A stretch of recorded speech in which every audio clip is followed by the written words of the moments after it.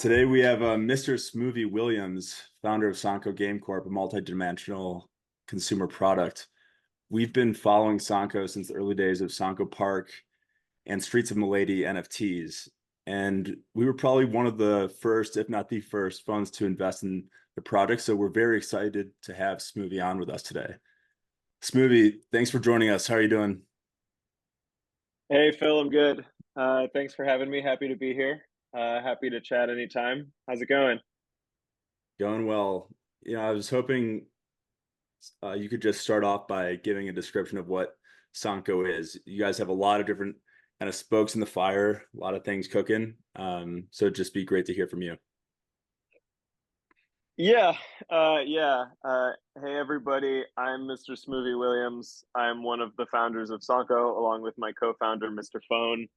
Um, we've been doing the project together probably close to 3 years now. It's grown a bit since then. Just now, we've launched the chain and the first platforms that are specific to our chain, Sanko Mainnet. Um, yeah, I guess it's funny. I think we kind of joke that Sanko's like a multimedia conglomerate now. Um, our focus essentially is, we want to build a little ecosystem. It started as gaming, and then we added a social network to it because it seemed like it would be fun to have our own clubhouse. And that's kind of the idea, is just like doing whatever seems fun, whatever we can add to the sort of like larger ecosystem of the project that makes it seem like a fun, self-contained whole, that there's more things that people want to do. Yeah, I guess like kind of just application focused, uh gaming, social, anything that seems like a fun idea we're interested in doing. Yeah, so you touched on it right there. But I was just curious on how you guys have iterated and how you've decided on the products that you wanted to launch. It sounds like it's pretty organic in that, first you start off with kind of the gaming side of things, the NFTs, and you've built products as you've gone, things that have just seemed like they would be really fun to do. Is that sort of the approach? Yeah, yeah, in a word, basically. So I guess maybe it helps to give the, larger lore, or maybe more of the background into how we started. So our first launch was an NFT project. You're right to mention Sakura Park. And the idea at the time was that we, as Sanko, or, you know, posturing ourselves as Sanko, Sanko is like a gaming giant of the 80s and 90s that released all these classic games, kind of like a contemporary of Sega or Nintendo, but that had gone defunct right around Y2K, due to a series of bad decisions. And we had like reacquired the titles, and that we were going to like re-release these classic games under, the guise of a new company. But all of that was a psyop. Like there is no Sanko. Like people were really excited and like we're into it, and then would Google these things and find nothing and like get confused, or like would approach us and be like, "Oh, I love Sanko games," um, you know, thinking they remembered something that didn't exist. And so that was how we kind of did this initial release, treating it like an art project or something that was fun. And then based on the response it got and like the excitement of people that actually wanted to play these things, we were like, okay, well, maybe we actually will make the games, because that seems like a fun thing to do. Um, so yeah, and then we started making the games. We shipped the first gaming platform around this time last year, May 2023. The first NFTs or other projects, the kind of the first community building we did, that was in 2022, like spring 2022, kind of right at the real beginning of the bear market, I guess. And then the next year in May 2023 is when we put the first gaming platforms out and the token DMT. And then as the rest of the year went, we thought like, oh, a social network would be really fun. People being able to stream their games or their DJ sets or whatever it is they want to do, kind of like a central like core clubhouse. Because you know, if you're on CT or in crypto every day, like logging onto Twitter, Discord, Telegram, these are like primary experiences. So it's like if you're having a community or you're building something, it makes sense to make your own kind of social hub. But yeah, it seemed fun. And so from there, to bring us to this year, we launched the chain and the next series of games and like the sort of like related platforms, all the infrastructure stuff you need on a chain. To us, it was kind of like 1 year later, it's like the next gen console. Like if the Dream Machine, which was the arcade platform last year, if that's like Sega Genesis, then the chain and the new game Sanko Pets and the games to come, that's like PS2 or you know Xbox or something. Um, but yeah, it has been very organic. Um, we've kind of gone with what seems like a good idea or something fun to do at the time. If it seems like fun and would add a new dimension and, you know, might even be like a crazy ambitious challenge, like that's interesting for us too. And like the project has grown as far as like devs and other people working on it. Um, you know, everyone that joins adds, you know, new capabilities or new things that we can do. And that's all really fun. Curious to hear if there's sort of like an end vision that you're moving towards, and then more maybe on the personal side, you know, is there a project sort of past or present that you're personally really excited about? Yeah, those are good questions. I think I got asked by someone else what my North Star is, and I really enjoyed that. That was really fun for me. I think, I mean, we kind of just want to continue to do things that are fun. We want to build out a sort of like full-fledged ecosystem or universe. Um, you know, something that wouldn't really have been possible elsewhere, but sort of in the cryptoscape. If you can meme something into happening, it can actually happen. And that's sort of been our experience.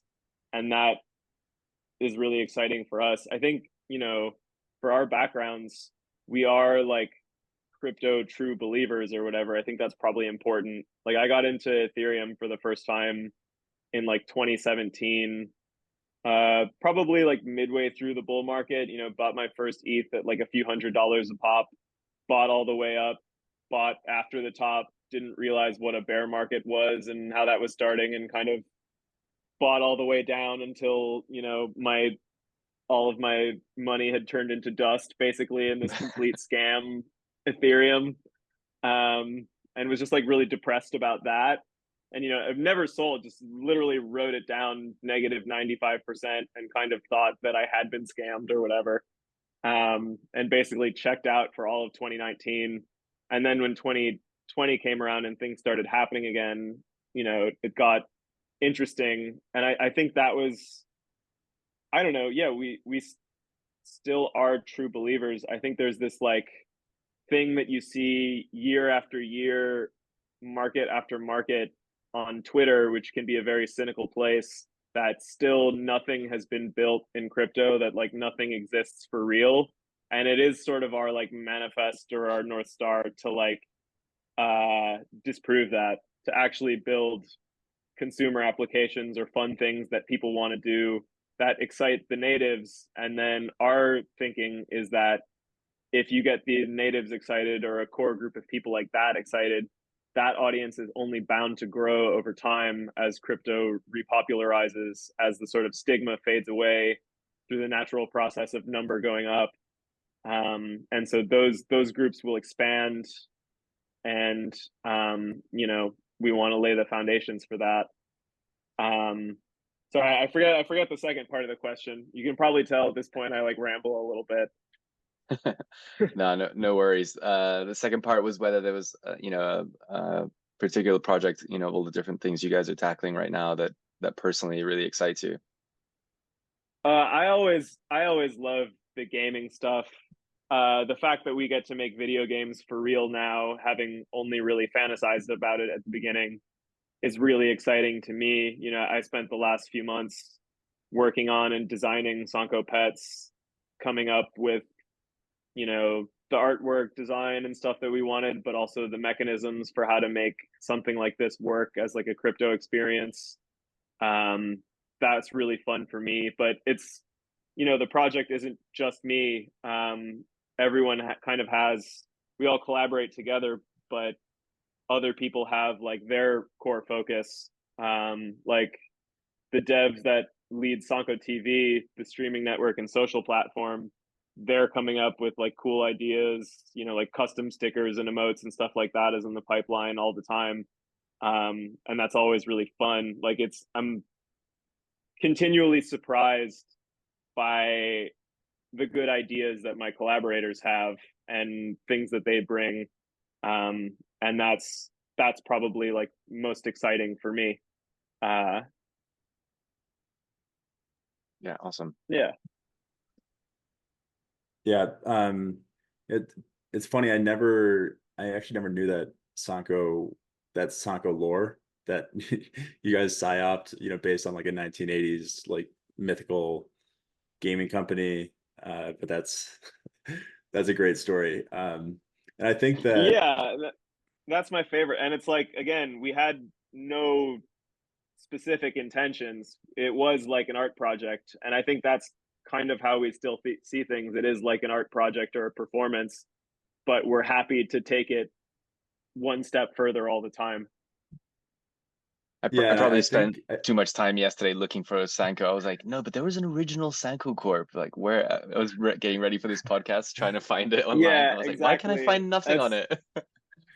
maybe one of my favorite ever moments in running the project was a meeting we had with one of our American lawyers who was like, so does Sanko know that you guys are putting this stuff out? Like fully, you know, um, thinking that we were like committing like IP theft of something of the original Sanko. That's funny. Uh, Yeah, I died laughing in like the middle of this, Zoom call with the lawyers. Yeah, and I think that just like the organic nature of how Sanko has come to be can really be felt in the project. Like I think Sanko, more than most projects, has a very distinct soul. Like like you can just tell that it's fun and funny, and you guys are very committed to building something that's just entertaining for everybody and entertaining for you guys.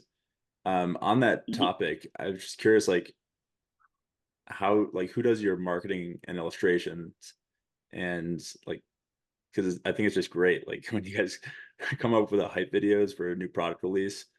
It's awesome, and I guess the theme behind all of those is like to do like a 1980s, but like what's the thought process behind all of that?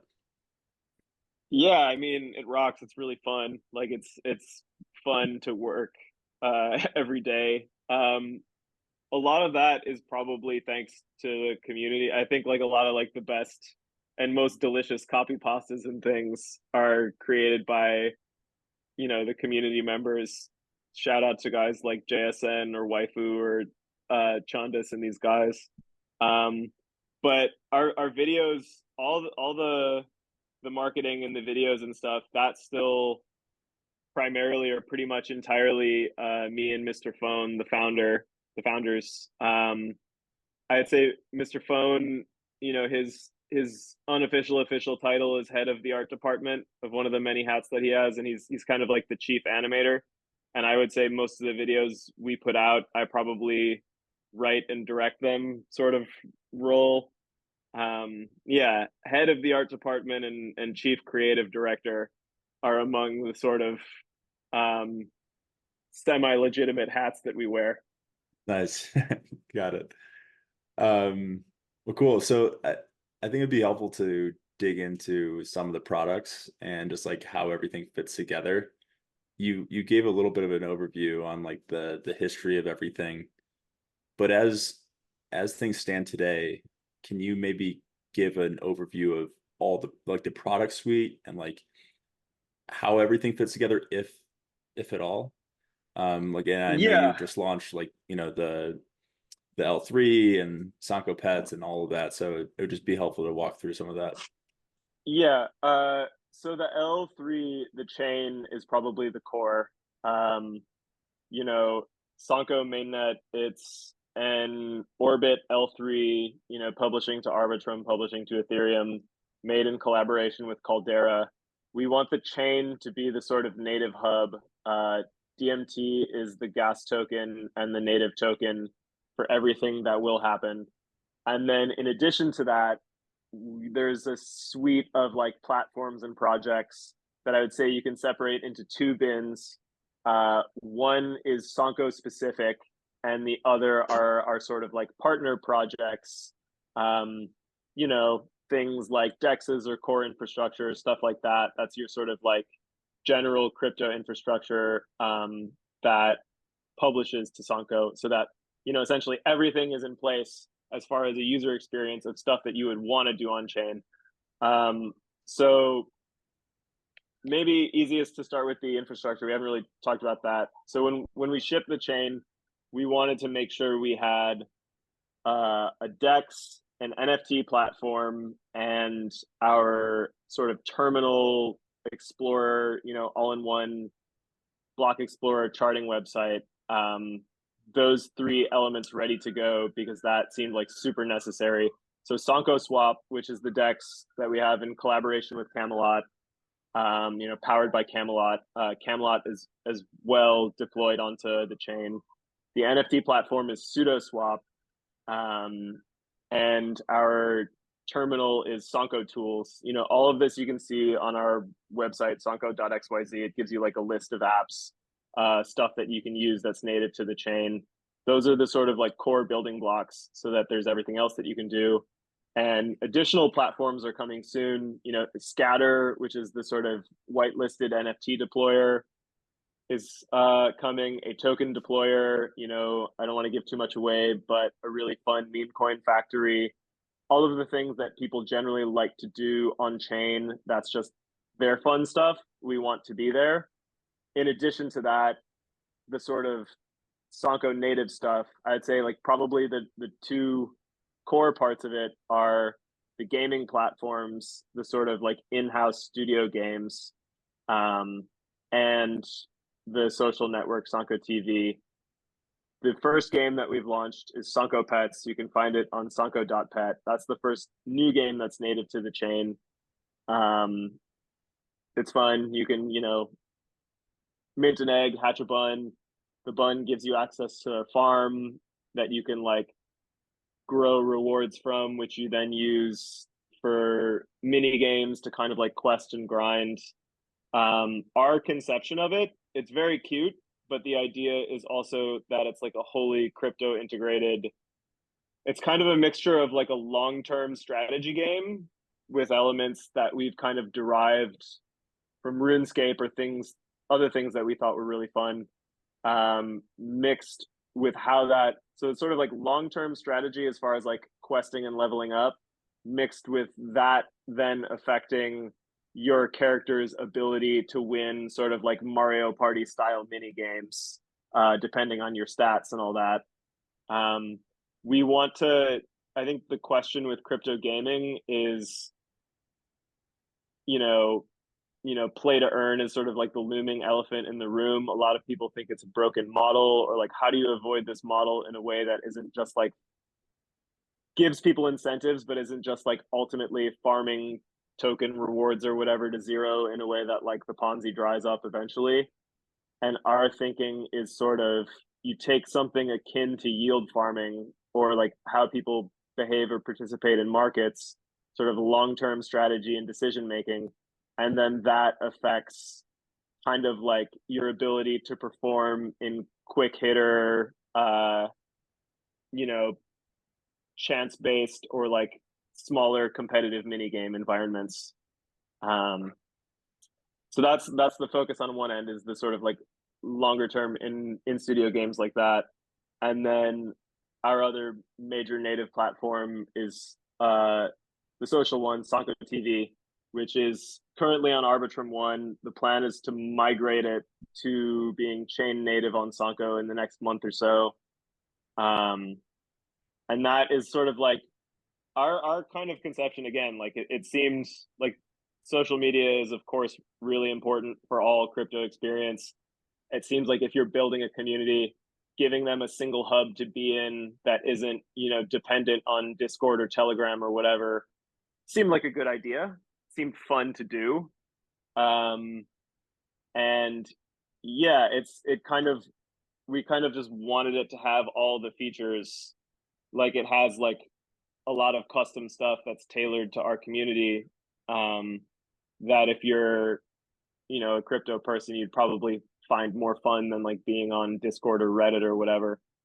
And our kind of thinking, I guess, if in terms of like laying it all out, sort of like how I think it's Kick and Stake are integrated. Like you have this streaming network that's native with more degenerate platforms. It makes sense to intertwine stuff we want to do with gaming with stuff we want to do with social. Like they kind of go hand in hand. And yeah, and there's other platforms we want to build out as well. All the stuff that is our ecosystem on Sanko, like the games or the social network or anything, it's all kind of like proof of concept. It's like fun reasons for people to be there so that, we want people to ship their games and their NFT series, their independent projects on Sanko too. It's a permissionless open environment. We want everyone to feel like they can contribute whatever they want to DMT or to Sanko. So I think, yeah, everything that we do, we always want to develop, we always want to build the next thing, but ultimately it's all proof of concept or whatever for users or a community to build out their own like fun experience. Yeah, I think that makes a ton of sense. I'm curious, I think one thing that we've been tracking, I guess, is how this cycle, this bull market that we've had maybe over the past 12 or 18 months has been selective in some ways, and we haven't sort of seen, I think we haven't seen in the gaming and NFT space as much strength as we have maybe in other parts of the crypto ecosystem as a whole. Of course, there are particular instances. Do you have in your mind, and when you think back to the games that really hit last time, like Axie, I guess it was sort of the play to earn was a really innovative, new dynamic. But do you have any sort of idea or thoughts on how, the gaming scape with crypto is or needs to evolve in order to get that sort of virality back to the space? Yeah, I think you touched on it. I think there hasn't been the development that maybe we need yet as far as new ideas. I think play to earn felt really innovative then, but maybe feels a little exhausted now. We spend a lot of time, a lot of our development time or planning, coordination was like figuring out approaches that we thought would actually be sustainable, would be interesting to users, felt, like they wouldn't just be like a repeat. There's I don't know, it's hard to pay attention to everything because I just sadly don't have time anymore. Even though I like wake up and am in crypto every day, Sanko takes up a lot of time. I think there's other stuff going on with like Prime or some of these but I don't really know what projects have lasting power. We just want to design things that are fun. And I think you're right to your point.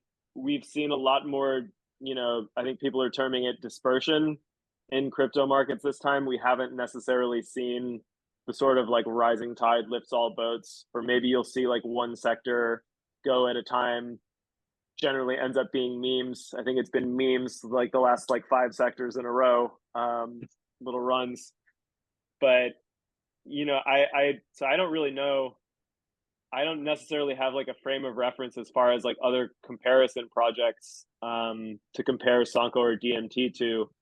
It seems like, our experiences, the people that we know, they seem hungry for things that seem legitimate or seem real to be built in crypto. I think people still really want that, or they crave it. So that's kind of what we try to do, and we've been fortunate that an audience has like sustained or seems to want to build around that as well. Yeah, I'm not sure.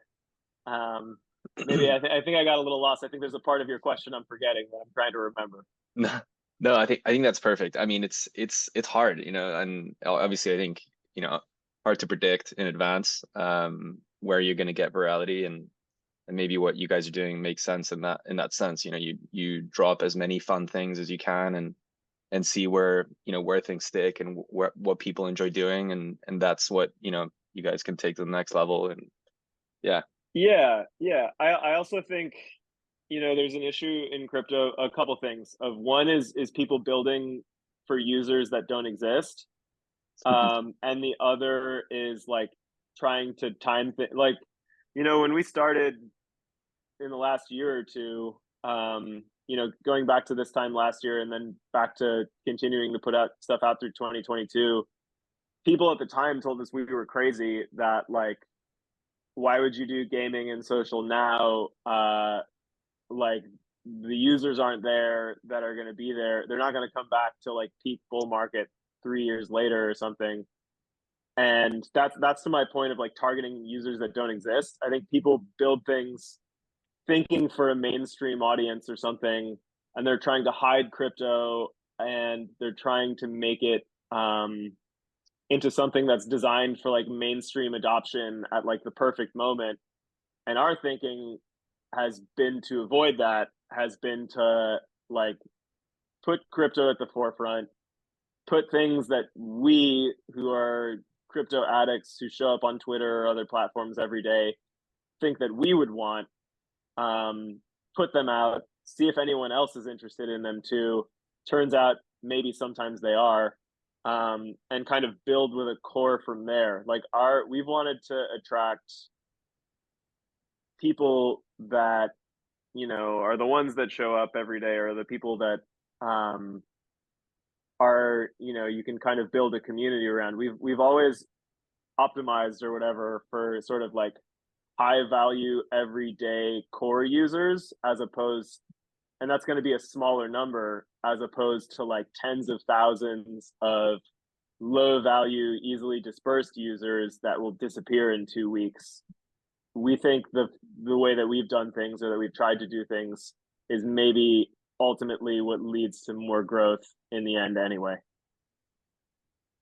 Yeah, I think that makes sense. And it also strikes me that you guys are doing things in a very like bottoms up, like just trying things out, seeing what's really fun, going from there. Where I think a lot of crypto has an issue of very prescriptive thinking, where something should work a certain way, or like a mechanism design, and it should work a certain way, and they just push that on the ecosystem, and it might sound really cool in a blog post, but then, you know, when it actually comes to the product, it's not fun, or it's not interesting for people to actually use. It seems like you guys are going basically the entirely opposite direction, which is, I think, a very refreshing take for the ecosystem. Yeah. Yeah, I mean, we try to be user centric. We are users from the, you know, that's our background.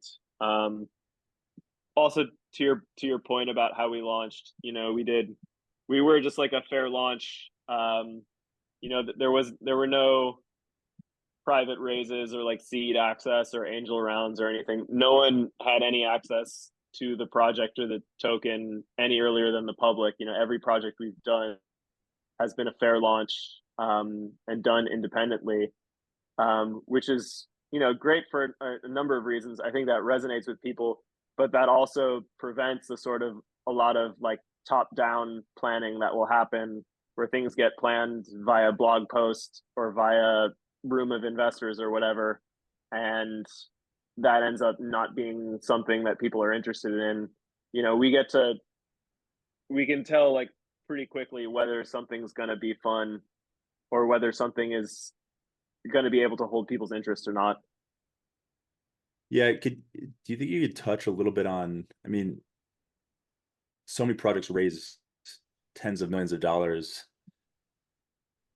and it's not always clear exactly what that money goes towards. how were you guys able to kind of bootstrap development of Sanko and actually pay for, the development of all of these different products? Like, can you touch on that? Yeah, I mean, uh, maybe the answer to both questions is I don't know. As far as where the money goes for these projects that raise tens of millions, other than like, don't like the guy from Curves, like real estate portfolio, or like Olive Kane from Synthetics is like spectacular houses in Australia. Like where the money goes aside from that, I'm not totally sure. And also, without having raised, how we did it, I honestly have no fucking clue. Yeah, I think we kind of just like showed up and worked every day. We've been incredibly fortunate with the people that we work with. I think so. It started as the two of us. We're a team that's now officially in double digits now. I think it's 10 or 11 core contributors, as we like to say, which are like the devs that, show up to work and maintain the platforms and stuff every day, in addition to the other people.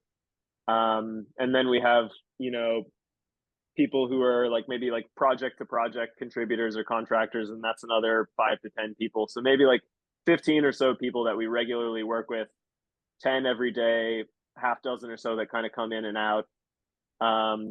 We've been really fortunate. I think, it started as just the two of us. And what has been most amazing, what has been interesting for us, is that people tend to find us. We'll put out a launch and someone will see it for the first time who's like a dev or something, and they'll, it'll pique their curiosity or whatever, and they'll approach us. So I think, with the third, fourth, and fifth hires or whatever, I think we were been extremely lucky with really talented people that wanted to add their own things. I think for Sanko TV, we had this idea that we wanted a social network or a clubhouse, but we didn't know what form that would take. And then we got approached by Do, who is one of our incredibly talented senior developers, who was like, I really fuck with Sanko. I like what you guys are doing. I don't want to dox him too much, but he was working at TikTok and he was like, I'm desperate to quit. Here's what I can build. I'd love to add this. And so he took the plunge, went full time Sanko, and we built the platform from there. Yeah, I think it's been very bootstrap. There's times where we could have raised money, where we could have then, been more aggressive with how we spent it and how we developed things. But we're all pretty focused on developing things and fleshing things out pretty quickly anyway. We haven't needed to do that. Yeah, I don't know. We've been very fortunate to attract a bunch of true believer zealots who, are interested in Sanko and interested in DMT, and, will take the pill in that regard. Yeah, that's that's pretty awesome. I think in that respect, you probably just attract the people who are most passionate about Sanko and kind of keep the soul of Sanko alive when building it.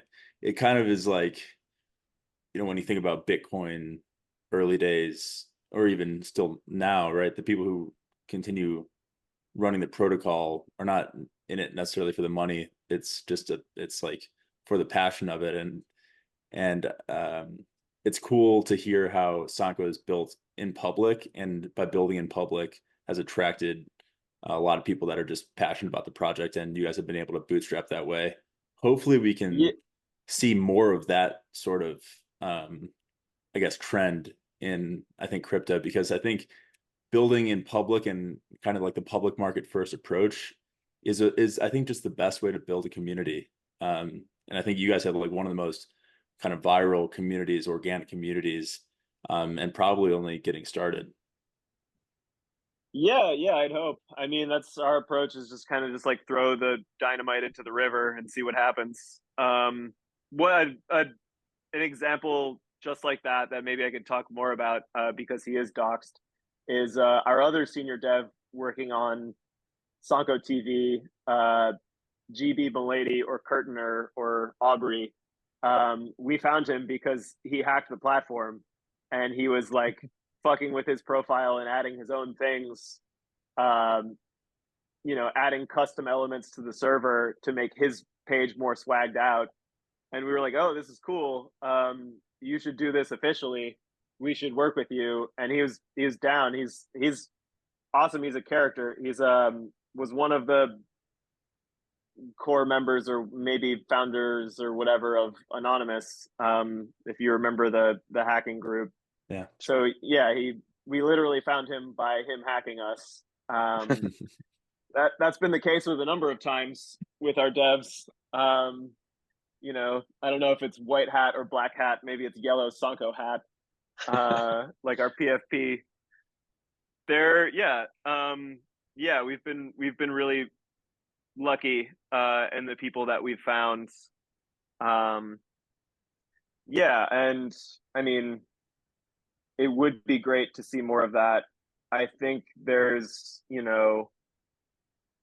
like a sort of, as cheesy as it says, I feel like a lot of what I was saying earlier, I was like, God, if I'm really like hearing myself say this out loud, it like sounds a little wagmy about like, we just want to build and building in the bear, all that. There's this potential for it sounding really saccharine, but actually there are people that still like earnestly believe in, the tenets of crypto, or that crypto can be cool again or something. And that's what we want to encourage and attract. I think you're seeing a lot of demand for that, and in the sort of like with like dispersion about markets, like how sort of coins or projects that seem very corporate or have like insane FDVs are being rejected in favor of things that appear to be community projects. Buyer beware disclaimer for meme coins in that regard, because you might be buying something where the FTV is the market cap, but the dev might be holding 80% of the supply fully unlocked on day one. And it seems like we're seeing that with like the celeb tokens and the like Iggy Azalea shit right now. Yeah. So it is, there's a lot of parading under that banner, and hopefully there's a few projects, maybe akin to ours, that are building stuff that they're excited in or think is for real, or whatever. Yeah, I mean, like huge raises just add so much gravity to where a project can go in so many ways. I mean that word, I mean, I think you mentioned it multiple times, just being freed of shackles from a direction perspective. But there's, the obvious tokens that are just being market sold as soon as unlocks begin, that just make it so difficult for a token to keep going higher in price, and that's such a determinant factor in crypto, and it makes everything just so unsustainable. But yeah, I mean, if we have seen, I think it's fair to say, I don't know if you'd agree, Phil, but I feel like there is a return definitely of like a make crypto great again vibe, and more fair launches than I'd seen, and definitely since I've been full-time in the space recently. Yeah, I think there's a bit of a trend. We've reached like a tipping point on like the low float, high FTV coins, I think, and projects like Sanko showing that you can launch, like with a fair launch, and investors aren't like 60% of the token supply. I think that does a lot. And then seeing how Sanko's like done over the course of like year and a half, I think that's a big driver for future projects to want to do the same thing. So hopefully like the narrative grows in that respect. Yeah, that would be cool. If we can be a positive example for anybody, I'm for it. Very, very cool. Again, I think you're right about the tipping point.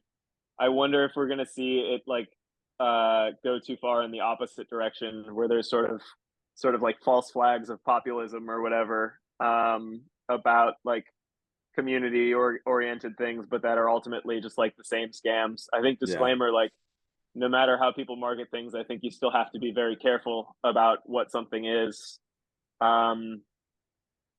Myself and probably the other founder of Sanko or the other core members, there have been times where it's like if our incentives were to cash out or something, the opportunity would strongly be there. The incentives have to be continuing to want to do it for us to like still have showed up beyond that. And I think that's probably going to be the case for, a lot of other projects to come. Yeah, absolutely. Well, Smoovie, this has been great. Is there anything else that you'd like to share before we wrap up here? I don't know. I feel like I've probably talked a lot, which is my issue. And I don't know. I feel like I just ramble the same points and stories over and over. So I can't remember if there's anything I didn't touch on. But if you guys have any other questions, happy to answer them. No, I mean, I to your point on rambling, I think you did a really good job just kind of getting into a lot of different aspects of what Sanko's about. And from the lore to the fair launch to the way that the products have been constructed. I think a lot of what you said is kind of a refreshing and different take than a lot of different projects in crypto. So yeah, no, I think the rambling was very productive and really fun to listen to. So yeah, just so to wrap up, where can people find you? You can find me on Twitter. I'm Twitter or X or whatever the fuck it's called now. My handle's Smoovie420. You can generally find me in the Sanko Telegram or Discord. Sanko's X account is Sanko Game Corp. That's SANKO Game Corp. And you can find the link tree with all of the links and things from there. Yeah, I'm generally extremely online. I'm glad to hear the rambling was okay. Thanks for indulging me. But yeah, it's great talking with you guys, and happy to chat anytime, Phil. Yeah, appreciate the time. Thanks so much, Smoovie. Thanks for the time. See you, Smoovie. No problem. Cheers. Yeah, Cheers. Take care, guys. Catch you later. See ya. This content is provided for informational and educational purposes only and should not be relied upon as financial, legal, or tax advice. Prior to making any investment decision, you should consult with professional financial, legal, and tax advisors to determine the appropriateness of the risks associated with such an investment. No assurance can be given that the objectives of a particular investment will be achieved or that an investor will receive a return of all or part of his or her investment. All investments involve the risk of loss, including the loss of principal. In no event shall Plaintext Capital Management LLC, Plaintext, or any of its affiliates be responsible or liable for the correctness of any material discussed herein or for any damage or lost opportunities resulting from the reliance upon such material. References in this podcast to any specific securities or digital assets are for illustrative purposes only and do not constitute an investment recommendation or offer to provide investment advisory services. Furthermore, this content is not directed at nor intended for use by any investors or prospective investors. Plaintext and/or its clients may maintain positions discussed on this podcast. Certain information discussed or presented in this podcast may have been obtained from third-party sources. While taken from sources believed to be reliable, Plaintext has not independently verified such information and makes no representations about the enduring accuracy of the information or its appropriateness for a given situation. Any projections, estimates, forecasts, targets, prospects, and/or opinions expressed during this podcast are subject to change without notice and may differ or be contrary to opinions expressed by others.